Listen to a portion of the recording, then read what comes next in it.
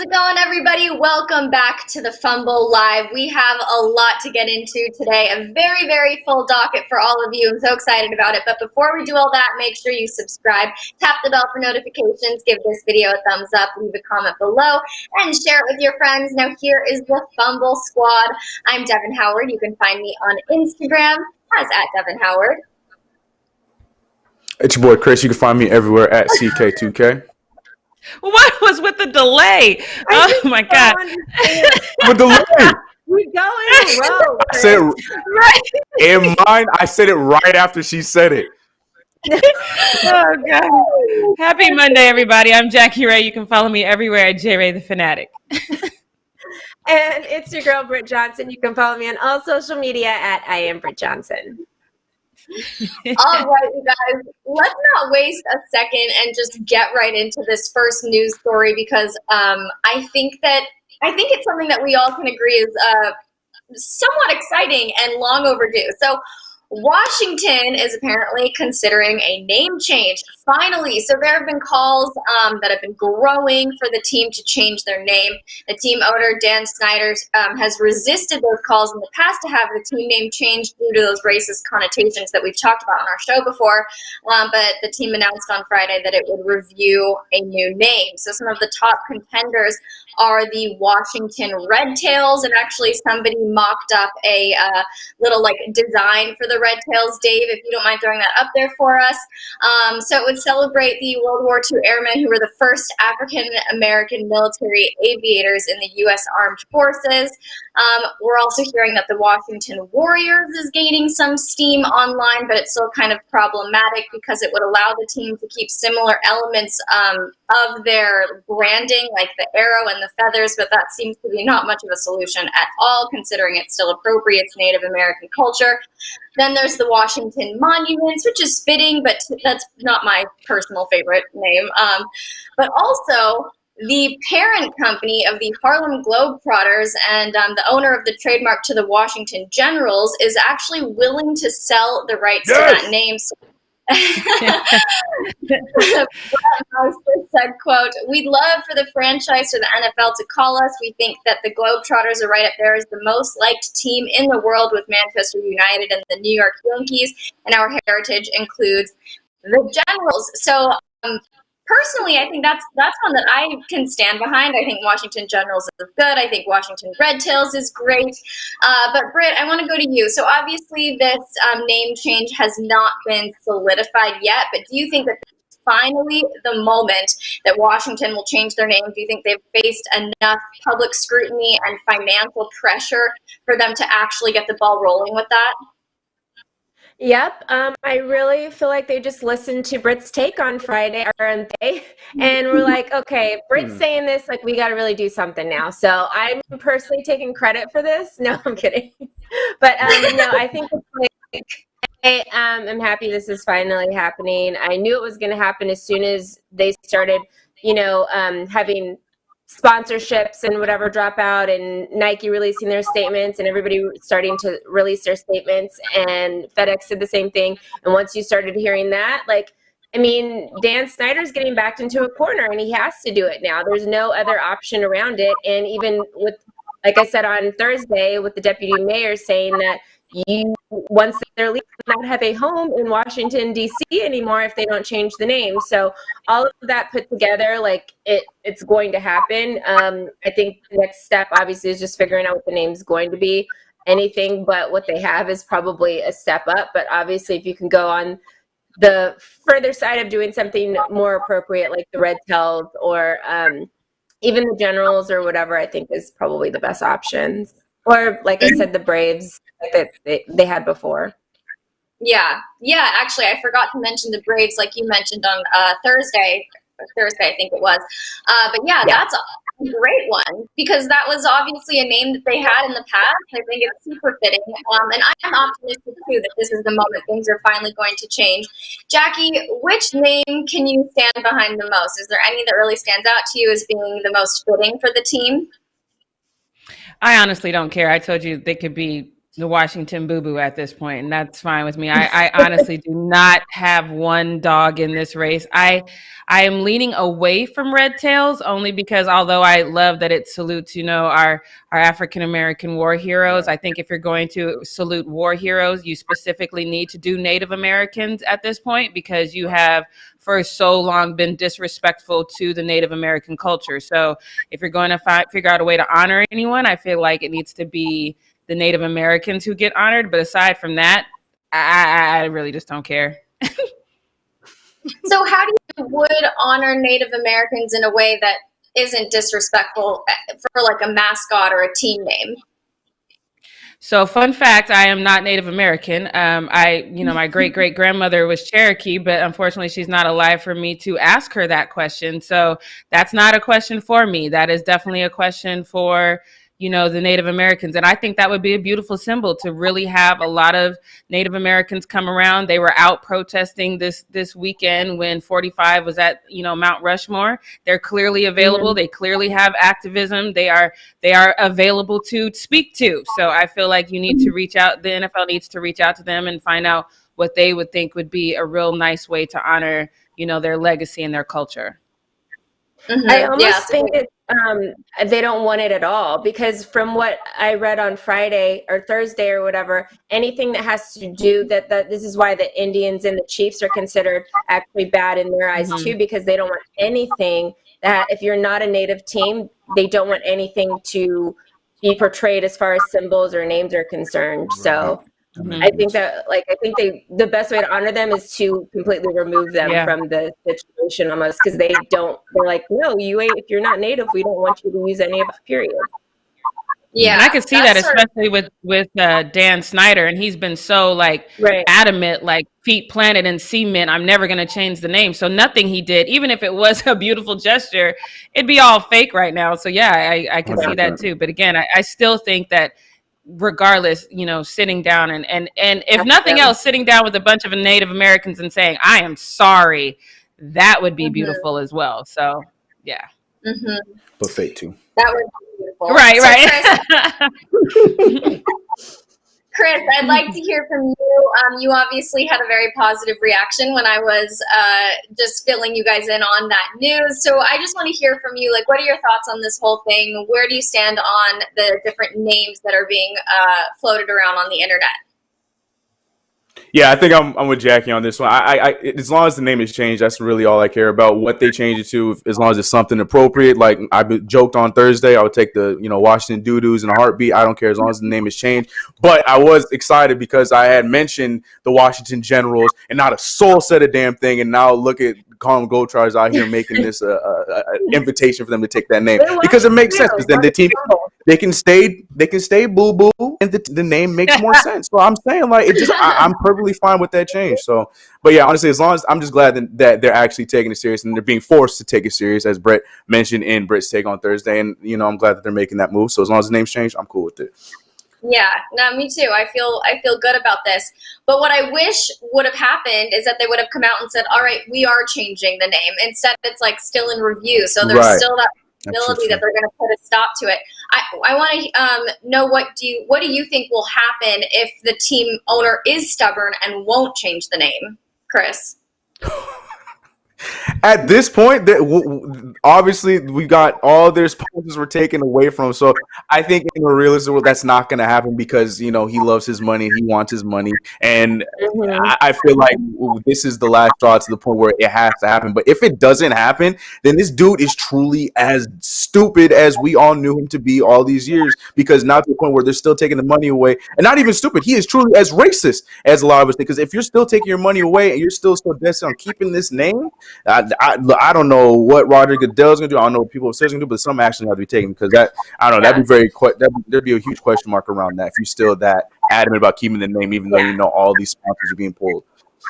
Mm-hmm. And the funny thing is, like, this isn't the first NFL team to change a name. There's been so many teams that have just, like, changed their name over the years. Like, it's not that big of a deal. Like, the lose all of their, like, you know, fans or whatever. Like, the Baltimore Ravens and the Cleveland Browns and the Houston Oilers. Like, teams have had different names throughout time. Like, the Baltimore Colts, they've had so many different names. It does not affect the team negatively that much to change your name. Like, it's not that difficult. Especially I bet my last dollar that Dan Snyder right now is trying to do like a private GoFundMe page, and he is trying to get funding so that if FedEx and everybody else takes funding away from him, he can keep it. I'm telling you, this man has been like this. Because he ain't have a place to play. But I'm telling you, he done called up some of them uncles of his that, you know, still own plantation-sized properties and like, yo, can I borrow? I'm telling you, this man is out there. He's working. Look at Spencer Dinwiddie. Yep. Okay, question then. At that point, do you guys think the players say we are not going to play then for this team? If it gets to that point? God, I would hope. I would that's hope hard. well, but they haven't. They've had so many opportunities to band together as players, and they have not done so. So I just don't know. But don't you think that we're in a climate right now where players feel more like empowered to band together and create change? Yeah, I think right now more than ever before is the opportunity for people to form a united front and demand the change that they want to see. So it could happen. It could happen.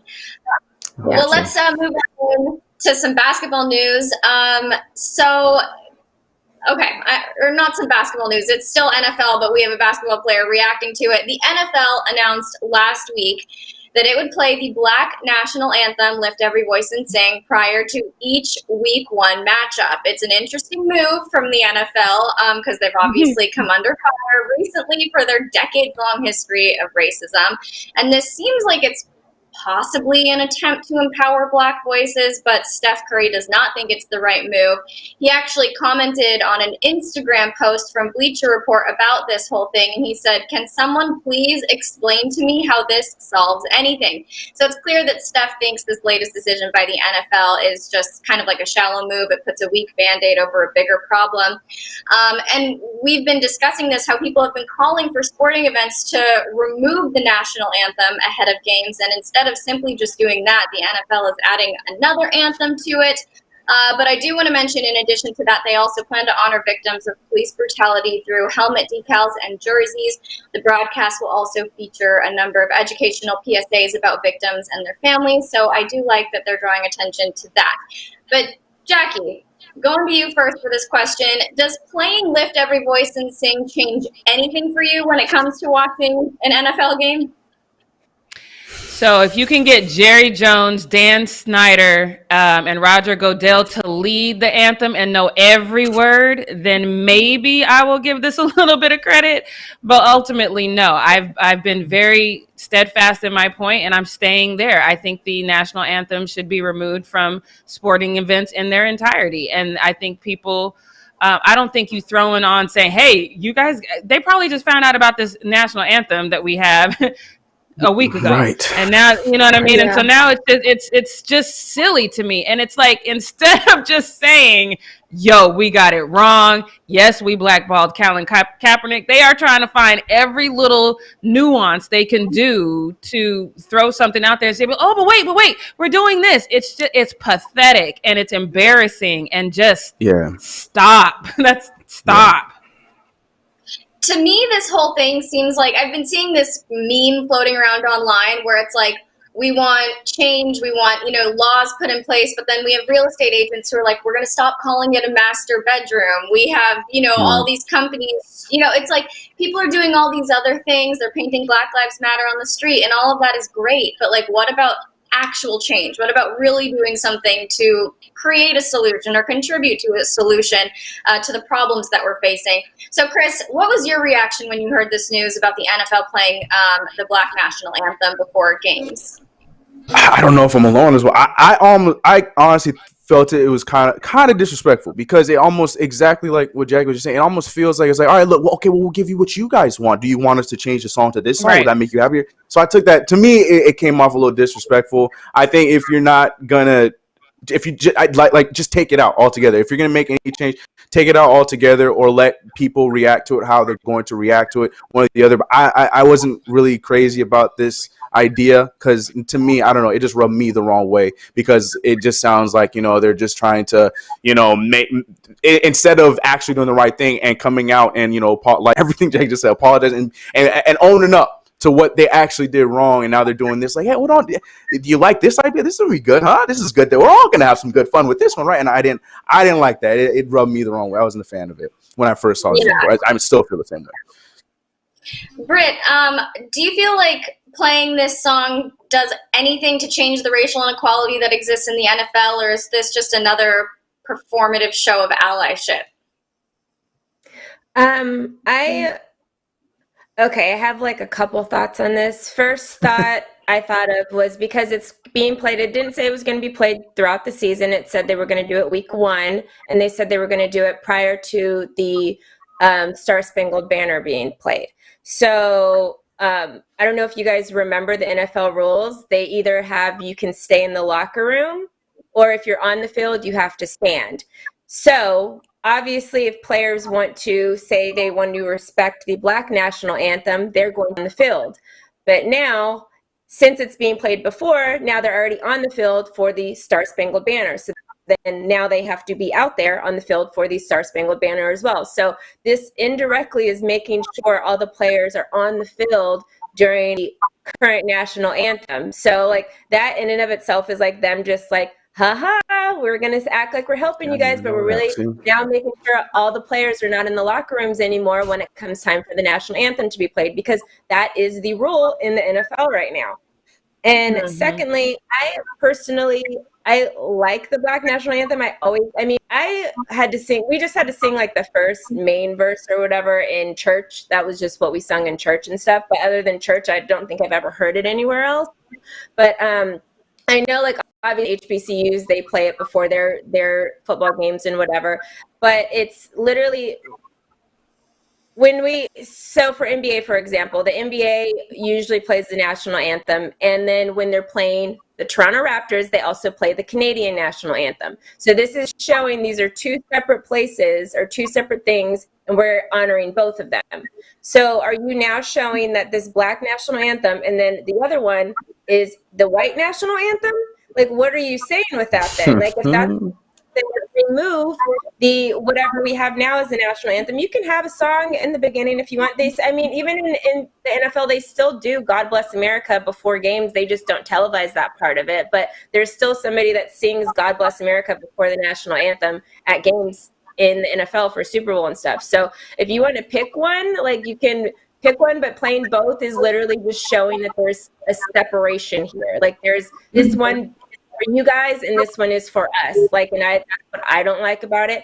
I don't see why the Black national anthem can't just be the national anthem. It's lift every voice and sing till earth and heaven ring with the harmonies of liberty. Like, it's like, it's supposed to include all of us. That's what it's saying. Like, we need to fight and lift our voice until all of us are created equal. That's literally what it's saying. So why wouldn't that and in turn just be what we play? Like, why play the other one? What's the point of it? I think. Yeah, that's actually a great point, and that's not something that I personally even thought about. But yeah, it does kind of highlight the divide and the separation between groups, and that's the last thing that we need right now, I think.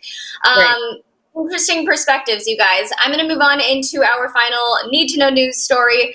Donovan Mitchell and Rudy Gobert. So tensions were obviously running high between the two of them after they both tested positive for coronavirus. They didn't talk for a month. But now Donovan says that they are doing just fine. He said, quote, "Right now we're good. We're going out there ready to hoop." And I think the biggest thing that kind of sucked was that it took away from the guys on the team. It took away from what the guys on the team were trying to do. And I really wish that as going forward. He also said, quote, "I've been going nonstop really. So now I think this time off has allowed me really to just sit back and just watch. I'm asking questions from guys around the league, how they've handled different things. And I think it's been time for me to really just find myself in a way that I've never really found because I've been on the move for so long." So it sounds like he's been using this time off to do a little bit of soul searching, a little bit of self-development. And in turn, that's made him able to mend his relationship with Rudy. Chris, are you buying this news that they've actually gotten over whatever tension they were facing, or do you think he's just trying to quiet any sort of news stories that might be going on about them or that might happen once they're back in the bubble or in the bubble? That's a good question. I think both. I never really saw this. I mean, even if there was ill will, I never really saw this as anything that was going to make a break. I know we talked about this, when all this first started, that, it was big news that they thought that, this was going to break up the team. Are they going to trade one? Are they going to trade the other? And I think we all echoed the same sentiment that, once, they start playing again, squash it on the court, everything's going to be good and they're going to move on. And I genuinely believe that was the case. But I do think it was a little bit of the second question that you asked. I think he was still saying that to, help everyone else who was having those thoughts, like, are they going to get traded? Like, to, also, bring that down. I don't know. I never really took this as serious as it was. I mean, obviously, Rudy Gobert was being Rudy Gobert about the situation, but I don't know. I believe him. I don't think it's going to be anything. I think they're going to go and do their practice and then, talk it out. They have time to talk now because of what they're going to be going through in the bubble. I think it's going to be nothing by the time they start playing. Okay. Jackie, do you feel that the media was too quick to kind of jump into this narrative that there was drama between the two of them and that potential trades were on the table when all of this started? Yeah, I mean, you guys remember we were in the studio when all this went down. That's crazy how long ago that feels like now. But seriously. We were in the studio when that happened, and that's the first thing I said. I said, this doesn't make sense. It literally could have been Donovan. That could be patient zero as far as, Utah goes. But because of the way the virus is spread, we don't even know. I actually read something this morning that freaked me out, said that they think it's airborne now. So it's, it's one of those things where it's like, since you don't know, you can't really lay blame. It was easy for us to lay blame because we saw him taking it lightly, but that could have been the same for the fumble. I was the main one taking it lightly. Like, no, it's nothing. And then if I would have ended up with it, but maybe, Devin, you had it first, but I was the one that making light of it, everyone would have drugged me because I was the one that was like, ha ha. So I think that anybody, taking a step back and looking at the situation would know. And I think that Donovan, he could have easily been mad off top because your emotions do hit you and you've got this virus now that you just don't really know what effects it's going to have on your body. And you did have this teammate that wasn't taking it seriously. But once you sit down and you sit back and you start watching TV and you see people that you thought never in a million years would get it and how easily it's passed, and you have to take a deep breath and realize, okay, this is silly. This is still my teammate. It could have happened to any of us. It's happened to a lot of us in the league.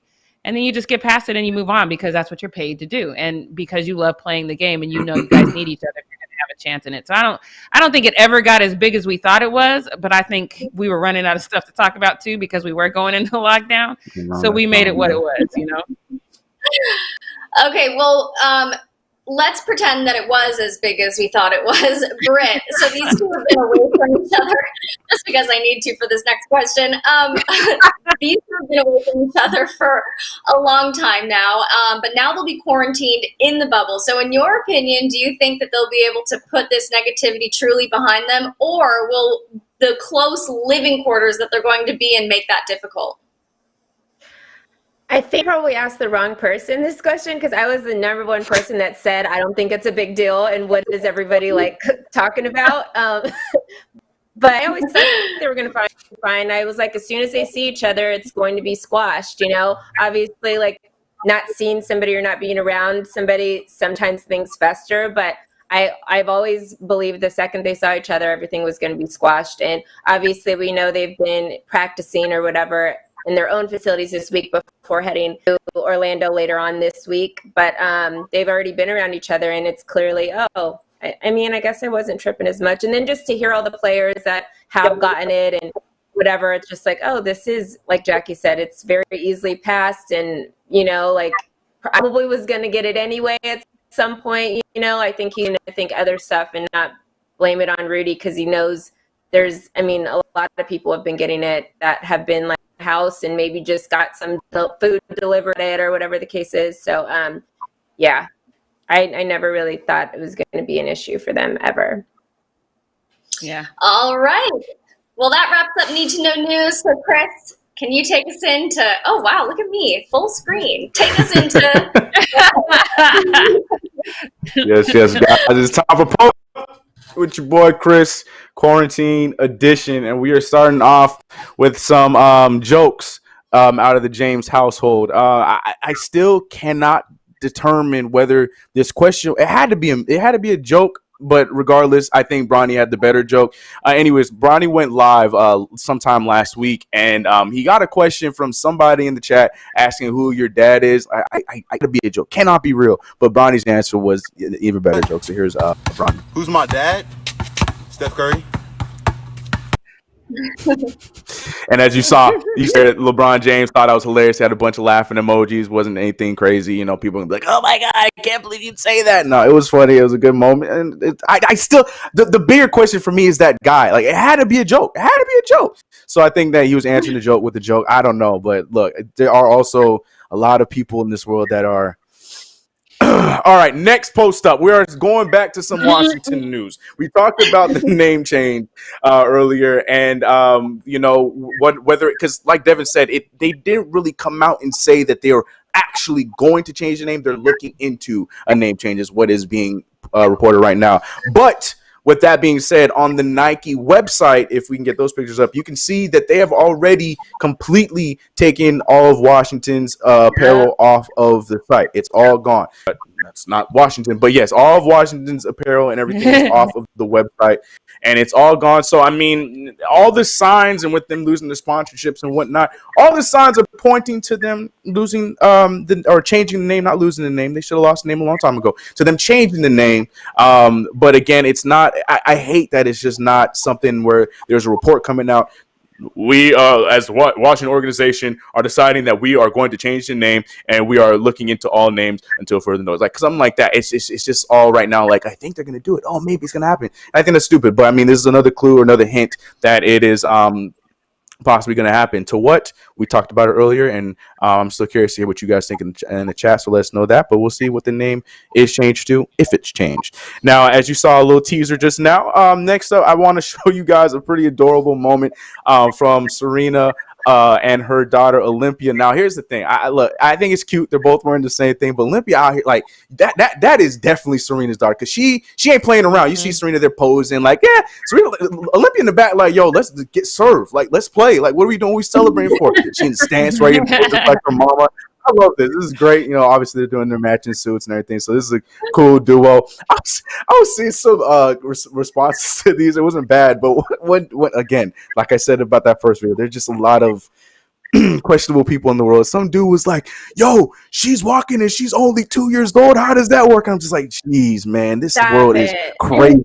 You know what I'm saying? Like, I'm just like, oh my God. Anyways, shout out to Dude though. I thought these pictures were great. Olympia's out here killing it. She got that mama mentality, that Serena mentality for sure in her blood already. You can see that. I thought that was dope. So shout out to the both of them. And going from one parent kid duo to another, we got Zaire Wade out here looking like his daddy. Dwayne Wade posted a video, if we can get this video up, of Zaire Wade hitting the jumper on the baseline, just looking just like Pops on the left side.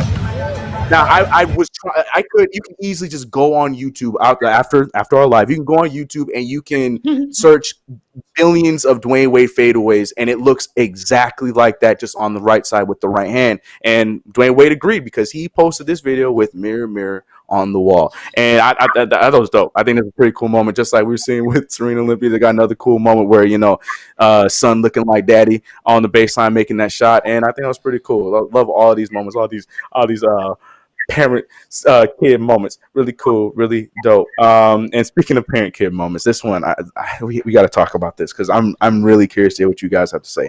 Aaron Jones, for those who may not know, he is the running back of the Green Bay Packers. Okay, he is expecting a child right now with his girlfriend, and this man, I want this picture up because I need you guys to understand this picture. This man is in the hospital while his girlfriend is in labor, waiting to give birth to their child. And you can see that my guy is there with posted up with his PlayStation, and he has a whole setup going on right now.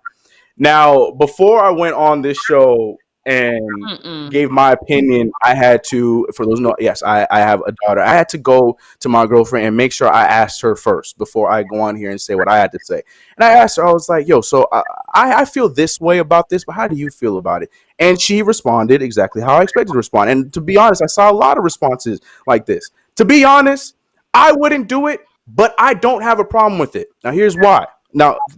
Here's why. We don't know the context of the situation. I don't know if she was induced. I don't know what's going on. And for those who have gone through this, it is a long process. So in this same breath, while my man is there playing his PlayStation, I guarantee, as you see, she's taking the picture. She probably on her phone watching TV or whatever too. Here's the thing, though. He also has to be smart in this instance. And again, context is missing. He has to be smart in this instance. He got to be, as soon as you see her in pain, you better drop that and you better be going there. We don't know the situation between that. But in the same breath, I mean, I don't hate it. There was a lot of people saying the same thing. I hate it, and my girlfriend, she said the same thing. I'm not doing it. I mean, if anything, for the next one, I'll be bringing my Switch with me, but I'm not going to be bringing the whole system to the TV. That's just not me. But in the same breath, I don't really have too much of a problem with it. It depends on the relationship, depends on the situation. That's my opinion on it. I saw a lot of people echoing that sentiment, but I'm curious to hear what you ladies have to say about it. The way I went through it, I think it would have been okay, but again, you have to be able to read the room, know what's going on. I don't want you to be like, oh, you hurting? Hold on, baby, I'll be there just a second. I'm finishing this match. Like you can, then you deserve all the dragging that you get from some of these other people. But in the same breath, I don't know. But anyways, Brett, I want to come to you first. I want to see what you think about this picture, this moment. Again, there's no context involved, but I want to hear what you were thinking about this strictly off the picture that was posted. I wish future man would. Like, no way in hell anybody I date would ever even think to do something like that. I have never had kids personally, but I got a lot of friends with kids. I spoke to all of them about it. They weren't having it. I have been in delivery rooms, so I've been him in situations where I've had to sit there and wait. And what, quoting Jackie, what we not gonna do is play with the damn like, I just don't think this is right at all. Like, there are a million other things, because I posted it and I was just like, my man would never, like, my future man would never do something like that. That's crazy. And of course, all of them were 12 or 13-year-old kids. They were all, well, what else is he supposed to do? And yada, yada. I can give you a list of some things you could do. You could rub her shoulders or feet. You could help her and hold her hand when she's going through contractions. By the time you're in the hospital already, your contractions are roughly 5 minutes apart. They don't tell you to go to the hospital or call your doctor until they're even 8 minutes apart. So by the time you get to the hospital, your contractions should be about 5 minutes apart. And then it's going to end up getting closer and closer together. And I doubt he was stopping every 5 minutes to go hold her hand when she was going through a contraction. Wipe the sweat off of her face. You can sit there and motivate her and pray with her and whatever the case is. You do not sit there and very zoned in. He looked very zoned in to me, playing video games. Like, I don't care if you are bored. I'm having your baby right now. Are you kidding me? Are you kidding me? Like, I have. Yep. Oh, woo, no, you are. You can be bored. Sit here and be bored. That's what you're about to do, because we're not having this where you're sitting there playing video games when I'm going through a situation over here. It's not happening. I don't care. So it does. So you don't think it would depend on the person, the couple in the situation? Because what if she was completely fine with it? Because we don't know if she was fine with it or not. And that's what I'm saying. There are situations. She's very young. She's like 20 or 21 years old. I actually looked back at his post. He posted back a couple months ago saying, oh, I just want to say, like, thanks to my girl because I'm not around very often and she's been holding it down, going through all these appointments by herself and whatever. Like, so that said it off to me right there. Like, she is used to doing a lot of stuff by herself because he's off doing whatever he's doing. Like, he literally said that in the post. So I am not surprised that she's okay with it because she don't know no better. Mm-hmm. So, okay. And I hear you. Like I said, I get both sides. I told my side. I feel like being in that situation and knowing her, because the thing is, they are, like you said, they are what's more important. They are you all attention to them. But again, situations are different. With mine first, she was induced, so there wasn't anything as close apart as normal birth. So then it was like huge gaps in between. And if I was next to her the whole time. My chair was right next to her. But the thing is, like, yeah, she would be on her phone. I'd be on my phone. Minute something happened, I'm getting up, getting the ball ready, like you said, talking to her, letting her know, do everything she got to do. But situations are different. So that's what I'm saying. I don't know the context of this, so I don't know how to completely defend them. If you're right, if what you're saying is right, and she over there, like, blowing and she in pain, she's like, and he's just sitting there like, oh, you doing good, babe, and she playing everything like that, then yes, I completely agree. And hearing that post by Aaron too, that might have been the case, but I was just giving it in my context. I feel like it'd be all right because I just feel like situations are different. But I'm not. Maybe this picture just should not have been posted. Maybe we should not have seen that because there's. Yeah, she put him on blast, and she knew what she did. She knew what she was doing 100%. She knew what she was doing. And if she was 100% cool with it, she wouldn't have posted the picture. Let's just be clear about that. And that was, I was just coming to you asking that question. I was just going to ask you, yes. So if she was cool with it, if she is one of those that are okay with it, would she post a picture? And you just answered that question. I was just going to say that. So yeah, I mean that's true because there obviously she feels a type of way about it. Like it's one thing to be ha ha he he about it, but she would have said that while posting the video, and that was not saying that. She just posted the picture, so obviously she feels some type of way about it. But yeah, man, this thing is going on, and I understand it. But look, I'm telling you what, I'll have my. She's probably not in it. She probably know what it is. She probably know, she's not his wife. She's his girlfriend. And like Britt said, he hasn't been around. That's probably going to be the thing. Probably 100%. 5 years from now, we're going to see a different video. We're going to see a video of him in the delivery room with baby number whatever. That one might be from his wife. And then now he's all involved or whatever. Because it's just, the optics are definitely saying that this is my baby's mom, not this is my life partner that I'm going to raise this child with. So. Picture is worth 1,000 words, and this one is saying she's gonna end up being the weekend visit. I see it, right? I see it. I hear it. But let me tell you something.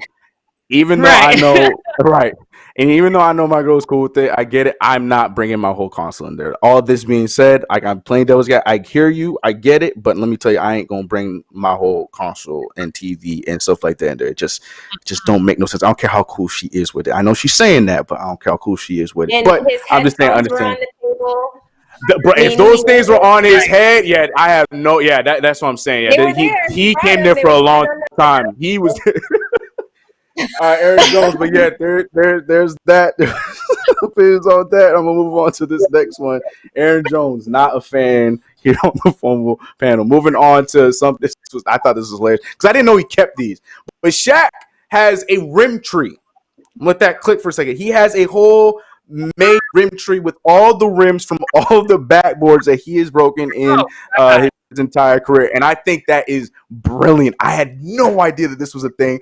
When he posted this, I just looked at this away. His first, I knew he broke a lot of rims, but I did not know he was breaking that many rims. I know there were stories of him breaking rims in high school and whatnot, but damn, that is a lot of rims. That is a big tree looking like a whole redwood tree out there. And if you can't see him with this because the caption is blocking them, but it has all the basketballs at the bottom too, posted from each of those games too. So I thought this whole situation is just a cool thing. Didn't know it was a thing. Shaq's out here. He calls him the broken rim tree. I'm with it. I think that's dope. And he's probably one of the only that can do that because you don't see nobody doing that anymore. So that's a pretty dope thing to have in your house. So go ahead, Shaq. And moving on to Kevin Durant. Everybody on the chat. Just for Kevin Durant. Can we just show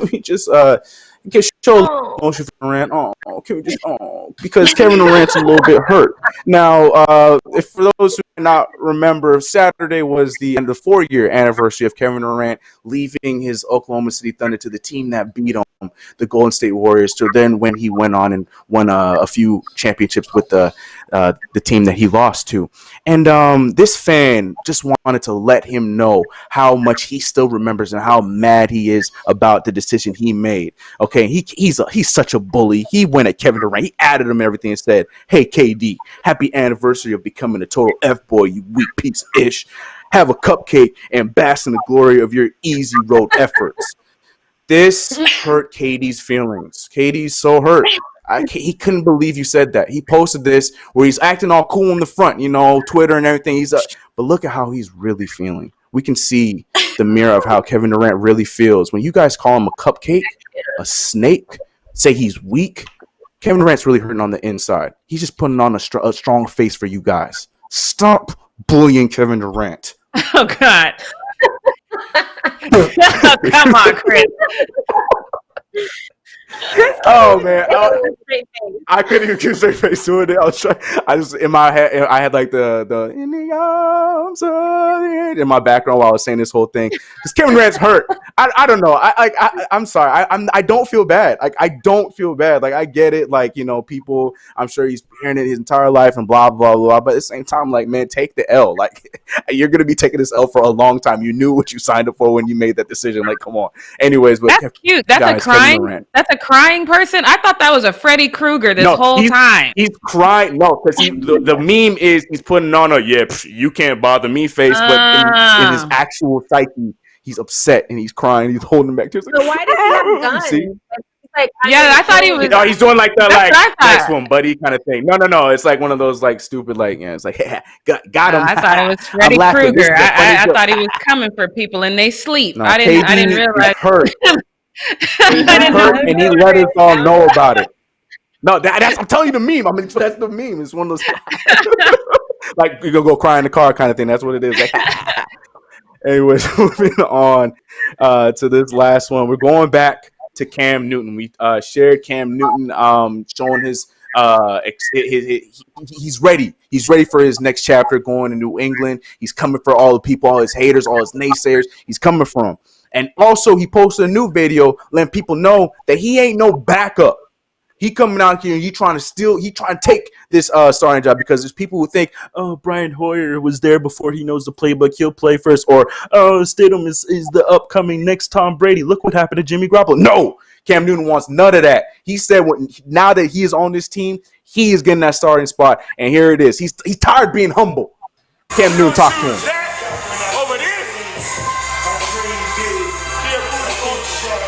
I'm really a monster. I'm gonna tell you this. I'm getting tired of being humble now. He looked like he was about to fly away with that hair. It looked like they were just about to start flapping. He was about to fly away to his other gym over in New England. But yeah, he's hyped. Now here's my thing though. I just got a question for you guys. Just seeing this video. Devin, I'm coming to you. You seeing this video? Do you think that Cam Newton might be slightly overhyping himself a little bit, or should he be keeping the same energy? I think he needs to keep this same energy. I think we need to see this confidence from Cam. We need to see this excitement, this hype, because if he's not being like this, I think people will doubt him. They'll start to think that contract that he's getting is totally justified. So I think that for him to go, all in and like just super stoked and excited and just like really ready to go, I think that's exactly what he needs to do. Yeah. I just want to see it. I think it's going to happen. I still have my doubts a little bit, but that's because I still have that hater rate. Just it's getting away. I'm still passing the hater rate a little bit because don't forget, he was a Carolina Panther. That's still in my head. Don't forget it. We talking about MVP this, Super Bowl this. Don't forget he was doing that in the Panther jersey, so it still hurts a little bit. Mm-hmm. But in that same breath, I'm ready for him to go and take on the Patriots and hopefully make me like the Patriots just a tad bit more. Good luck, Cam. But on that note, I want to move on to something we've been talking about for a few weeks now. We've been here on the Fumble Squad Live. We've been talking about EGI. We've been working to raise money for the Equal Justice Initiative. It is an incredible nonprofit organization that provides legal representation to prisoners who may have been wrongfully convicted of crime. Poor prisoners without effective representation, and or others who may have been denied a fair trial. Now, some of these stories that we've told you may have heard of and some you might not have.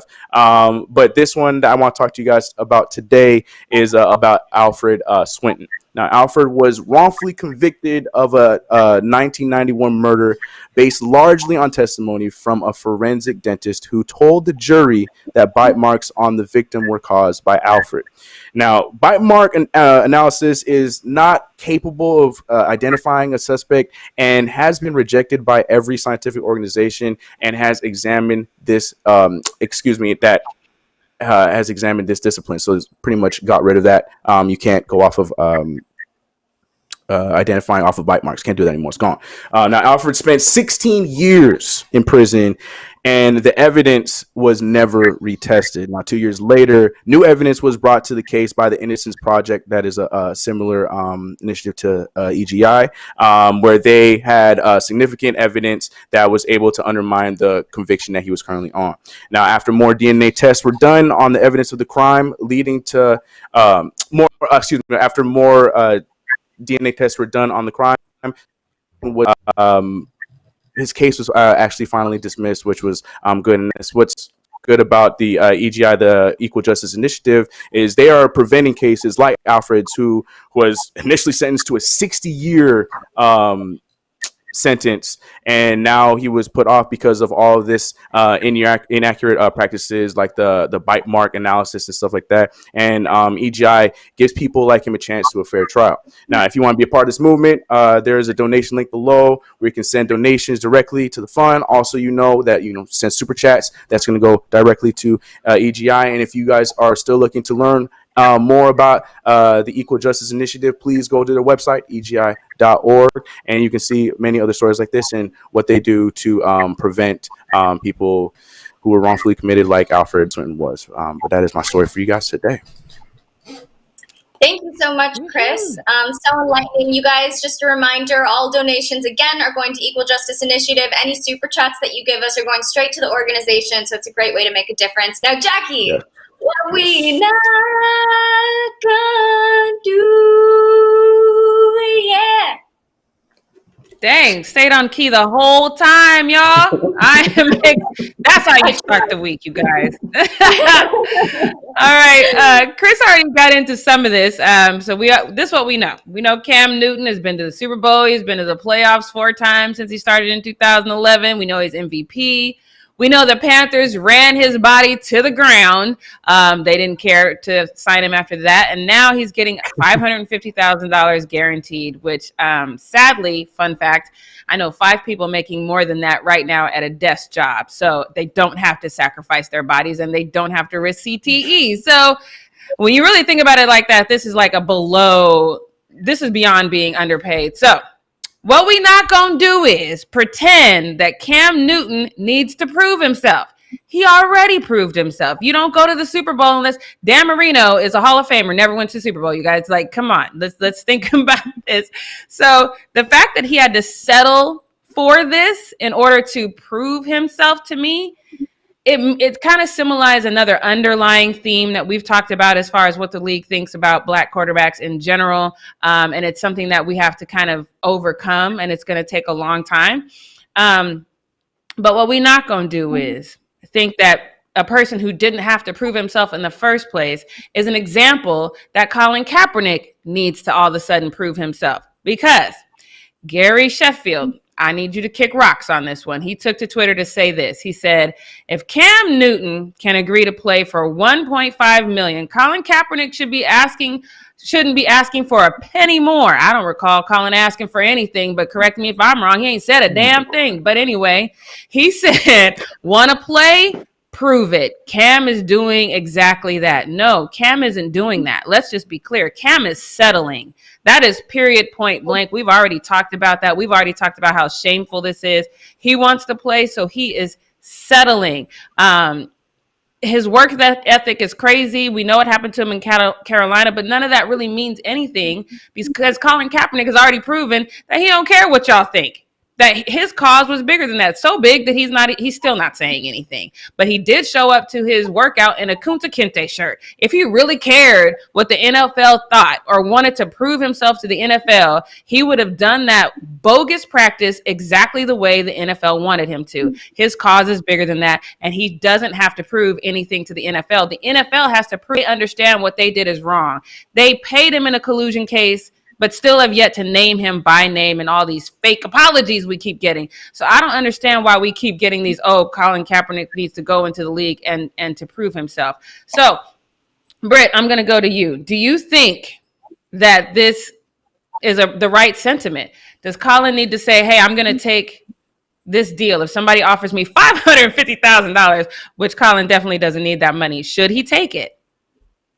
Hell no. I said the same thing I was very upset with Cam even signing for that small of a contract because you and I both, we know his worth. Everybody knows his worth, you know, and it's kind of a slap in the face to him that he even has to get a deal like that because nobody else wanted to sign him. So I think it's crazy. There's literally third string quarterbacks that are getting paid more money. Nobody's ever told Ryan that he needs, or Ryan Tannehill, that like, well, how come he's getting money and he doesn't prove himself ever? Ryan Tannehill never proves himself, but he continues to get these monster deals and people just let that go because he's a white quarterback and he's the quarterback position, so he deserves that money. Hell no. Like, it's literally been a very clear thing with like white and black quarterbacks. And just because one decided to take this opportunity to do something like that, that is now not the status quo for every black quarterback in the league, that they should be making that money because Cam decided that, even though he's an NFL MVP and he went to the Super Bowl and all that kind of stuff. Like, no, this is not now the status quo for black quarterbacks. So please say less, my friend. Yeah, I think it's super It's super embarrassing to say, hey, black athletes, you need to be okay with being underpaid in order to prove yourself. That's an embarrassing statement to even say off top. But I'm going to move on to this next one because I think you guys, if you're following the Fumble for a while, you know that we all think that the NBA gets it right 90% more than the NFL does. It's just not a question for us. We sometimes do forget, though, that the NBA did allow an owner to remain in place after years of racism and sexism. That would be, of course, the Clippers' former owner. So we know that. We also know that they brought up the attire rules when players wore the I Can't Breathe shirt after Eric Garner was murdered by police. They kind of relented on that one, though.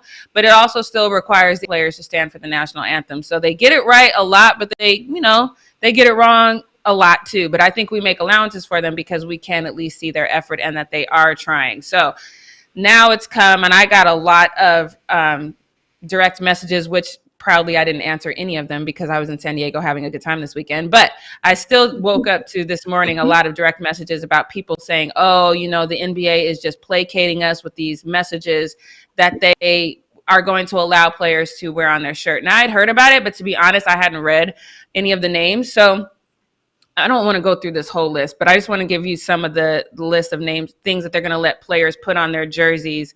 It's going to Black Lives Matter, say their names, although they're not going to say the names of any of the victims that have been murdered by police. Vote, obviously, I Can't Breathe, freedom, enough, power to the people, speak up, I am a man, group economics, education reform, and mentor. So there's a lot more. You guys can read the whole list. A lot of these I flat out hate, but you're going to have to kind of go to my platform tomorrow to find out why. But a lot of them I really do just flat out hate. But as far as the narrative that this allowing players to do that is watering down the message, I don't necessarily agree with it. I disagree with that because, like I said, I was in San Diego this weekend and I was unnerved by the number of Trump 2020 hats I saw, the Blue Lives Matter shirts I saw, Blue Lives Matter flags were everywhere. It's definitely still a disconnect and people are still not getting it. And then on top of that, this happened this weekend. This video came to my inbox. I think I sent it to, there it is. So I don't know if I don't want to necessarily give this guy too much credit, but if you can hear him. It's a lie. Yeah. So him and his wife decided to go out there. Hey, Chris. They decided to go out there and paint over Black Lives Matter because they said Black Lives Matter was hate speech and it was racist. They said that racism is a lie and that Black people should be happy that Lincoln even decided to sign the Emancipation Proclamation in the first place. And then we also saw 45 give this speech at the monument and say that, he sees Black Lives Matter as trying to rip American ideals from its nation and basically instill these false narratives that are truly racist into children. So he still doesn't get it. And he's inciting his fan base that doesn't get it. So do I think that putting this on the back of the jerseys is a end all be all? Absolutely not. Do I think action is necessary? Absolutely. But do I think that keeping it on the forefront and forcing people to see it is important? I honestly do. I just don't think that we can get past it. And let's not forget, like I said, he says Black Lives Matter is a terrorist group, but the leader of the free world says that there's good people in the Ku Klux Klan. So obviously we have to get out this message in all fronts, every way possible. But Chris, I'm going to go to you. Do you agree with the notion that having these types of names on jerseys and things of that nature is watering down the message, and that now it should be more about action, and let's not do these words at all? No, I don't think so. I don't think it is watering down. I liked some of the points that you brought on with the phrases and what they're going to be using, because there's some that it's great to say, but then the action behind them, you're not, like you say, you're not doing them when they're just on your jersey and stuff like that. But in that same breath, I still want them to be in your head regardless. You know what I mean? I want fans that are watching these games to see them. And I think that's what's important about all this, because no matter if you're, taking some time off to watch your favorite basketball team play, you're still seeing LeBron James with that, to keep that in your head. So it's something that you're still keeping in mind. For those who might not even be educated, they can see that and now look it up. So I don't think it's watering down. I think the action behind some of them, it's going to be missing. But in the same breath, like I said, I'm glad that's going to keep that still in people's face while you're watching basketball and while you're, while you could be sidetracked and missing the point. So I don't think it's watering down. No. Yeah, no, I don't either. Okay, but now that I've said my piece on that one, but make sure, like I said, you follow me on YouTube tomorrow so I can tell you about some of these names I just do hate, because some of them is just... Anyway, so it's time, you guys. I hope you guys are ready, because now it's time for Brit's Takes. Brit's Takes. All right, so mine is going to be interesting today. It's to Jackie's point a little. Colin Kaepernick, I think his days on the gridiron are basically behind him now. I don't think he's going to play anymore, even though people still are thinking, maybe he should take a contract that's, very little money for whatever. I think he's not playing ever again. So I think there's no contract to be taken. I feel like he hasn't mentioned football in a while as far as playing. I think that Colin Kaepernick has gotten to a point where he wanted to still have a voice in the NFL for some time, even with having his tryout that he had last year, just because he didn't have anybody to pass the torch off to necessarily. Like, of course, there's been other players that have kneeled and whatever the case is. I think that in this moment now that all these players are having voices and they're speaking out about stuff, I think Colin can finally wash his hands of the NFL. I felt like he possibly before still felt like he had some responsibility to the NFL players in order to make sure change started happening in the NFL. So I felt like that's why he tried to stay and tried to possibly be in the NFL again. Even when the tryout didn't go, he ended up doing stuff his way and said his little words that he said at the end and then didn't take any questions after that, because I think he was still trying to get a message to players that, like, they don't give a shit about you and whatever. And I think now in this moment, we've come to a place where Colin Kaepernick doesn't need to play football anymore. Like, the torch has been passed to a group of players that I think are really going to try to make an effort to make change happen. Some of these players weren't even necessarily in the league at the time Colin Kaepernick kneeled in 2016. And I think moving forward, there's going to be a full new era of players that just aren't going to take the crap that the NFL gives them. I'm hoping it stays like that. I feel like this is a moment of change for them, and I feel like Colin Kaepernick doesn't need to be a part of it. So to say that, I don't think it's impossible for him to play again. I know Jackie was talking about him coming back possibly, and then they suggest him playing for a, lower contract than Cam Newton is, which is not even possible because that Cam Newton's literally getting league minimum for a veteran right now. But there are some players that did, come back after some time off. Deion Sanders, obviously, being the one that comes to mind. Number one, he took 4 years off and then ended up playing for the Ravens for 2 seasons after he took 4 years off. But, I mean, he wasn't very prime-timey then. He was more of a matinee or something, like it wasn't prime time. Deion Sanders, we all knew about.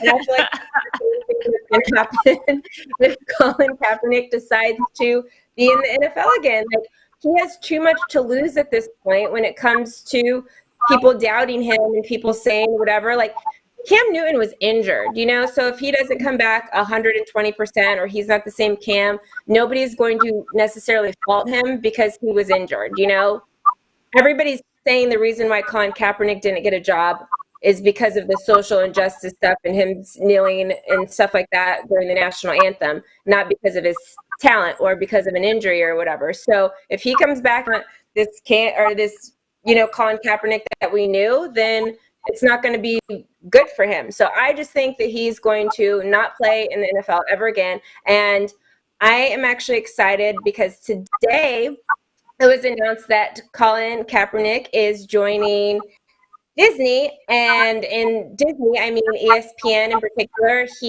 is going to be doing some exclusive docuseries that are going to be produced by ESPN Films. We've all seen what ESPN Films can produce, and it's very good quality work. It's very good stuff. So I'm really excited about it. It's going to feature scripted and non-scripted stories that explore race, social injustice, and a quest for equality. Literally, this was just released like a couple hours ago. In it, Colin Kaepernick released a message saying, I'll just do a little quick bit of the message. I look forward to sharing the docuseries on my life story, in addition to many other culturally impacted projects we're developing. So I think this is like the final stamp in the thing. Like, we've all been listening or wanting to see what Cap had to say, because we've all wondered, like, what does Cap really want from this, and what is going to happen, and whatever the case is. Obviously, we know in 2018 he became the face of Nike with their whole social injustice campaign. And now I think this is final stamp, is in, I don't need the NFL anymore. I've moved on from the NFL, because he's going to be spending so much time creating these amazing projects that we need to see. And I love that ESPN is actually deciding to take this on as well and do a partnership with Colin Kaepernick to get these stories heard. And I think this is what we're going to see from Colin Kaepernick moving forward. He's already put together a production company and stuff, and been working on that for the last year and a half. And now we're seeing this moment come. And I feel like he's telling us his story now. I don't think he needs to make an announcement saying that he doesn't want to play in the NFL anymore. I think this statement today basically said that he does not need to play football anymore. Just because somebody's an athlete, that doesn't mean that's all they are, and that doesn't mean they have a desire to want to do that forever. Cap, I think, is past his NFL time, and I think this is the best thing that we could see from Cap in a while. I'm so excited for this. I'm I can't wait for these docuseries to come out. I know some of them might be even in cartoon stuff for younger kids, or doing a bunch of different kind of things, and he's going to be in charge of all of it, which I think is going to be good, because it's going to make sure the message is properly told. Chris, my question is going to be for you really quickly. Why do you think people are so pressed to see Cap wear a jersey again, when clearly I feel like a moment like this is when he really is going to shine, and when he can really make the best impact? Well, I can't speak for people. I can only speak for myself, because I'm on both sides, because I 100% agree every time you and Jackie do say that, because you're right. You're right. He's going to make a bigger impact off the field and continue doing what he's doing, especially with the docuseries, than he would be on the field. But my reason is selfish. I have such hate for what happened to him and how it happened to him. I know it runs the risk of, like you said, him coming back and not being that same player. So it's probably best to keep it that way. But I want to see him come back into a situation and still at least go out and play. And that's the reason why I want to see him play. I want to see him go out and play and prove this league, told you I still had something left in me, and y'all kept me out of this. And so it's, for me, I want that redemption, because I just hate how they treated, how the Niners, how the league, how all these owners, how they all treated him, to the point where he was forced to retire. Not retire, but forced to, not play football. So for me personally, I just want that redemption, because I still believe, like we talk about all the time on the show, he is definitely still right now better than a lot of these second, third, even some first string quarterbacks. So for my personal, I just want to see him come back and get that last FU and then go on about that next chapter in his life. But that's just me personally. And I agree. If he doesn't, right. Even though no player has ever successfully taken that long of a break and come back.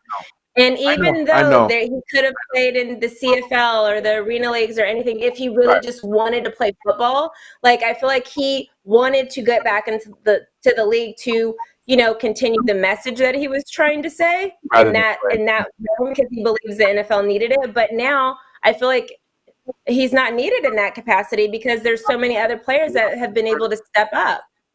Yeah. No, you're 100% correct. It's just my petty.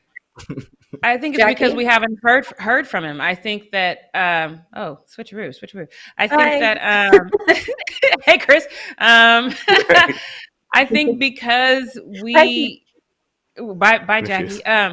Because we don't like if he came out and said, "Hey, I'm good on the NFL. Number one, I don't want to play for an organization that treated me this way. Number two, I have a bigger calling now." I think then we would be like, okay, don't give him a job. But because all we know is he did this peaceful protest and then the NFL blackballed him and then we haven't heard anything from him since. Now we're so like, well, give him his job back. He deserves his job back. And we just don't have closure. This is what happens in a breakup. When you don't get closure, you don't know what is going on. We just don't have closure. And I think, I'm excited about this new venture he's doing, but I still think he needs to come out and say, guys, I'm good on the NFL. Yeah, I think that's a good point. Colin Kaepernick, if you were watching this, please just tell us you don't want to play in the NFL anymore. I get you're showing us all these signs, but we're not mind readers. Just tell us so we can all move on with life. Please. Thank you. Thanks, management. We're done. You guys froze for me for like a minute there just now, so I missed that.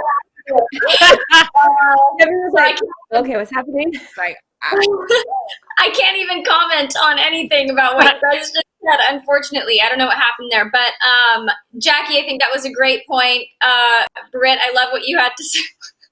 Wait, are you guys fake? No, we're totally kidding right now. Oh my God. I think that was too. Oh my God, that was perfect. I'm done.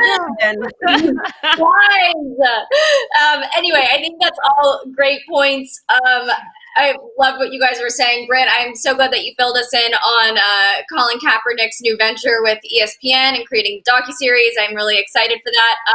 But yeah, you guys, that wraps up our show. No more paused moments, no more freezes going to happen because we're wrapping up. So make sure you subscribe, tap the bell, give this video a thumbs up, leave a comment below, and wash your hands. Keep those hands clean, and we'll see you tomorrow, 11 a.m. Pacific Standard Time. Bye, guys. Bye.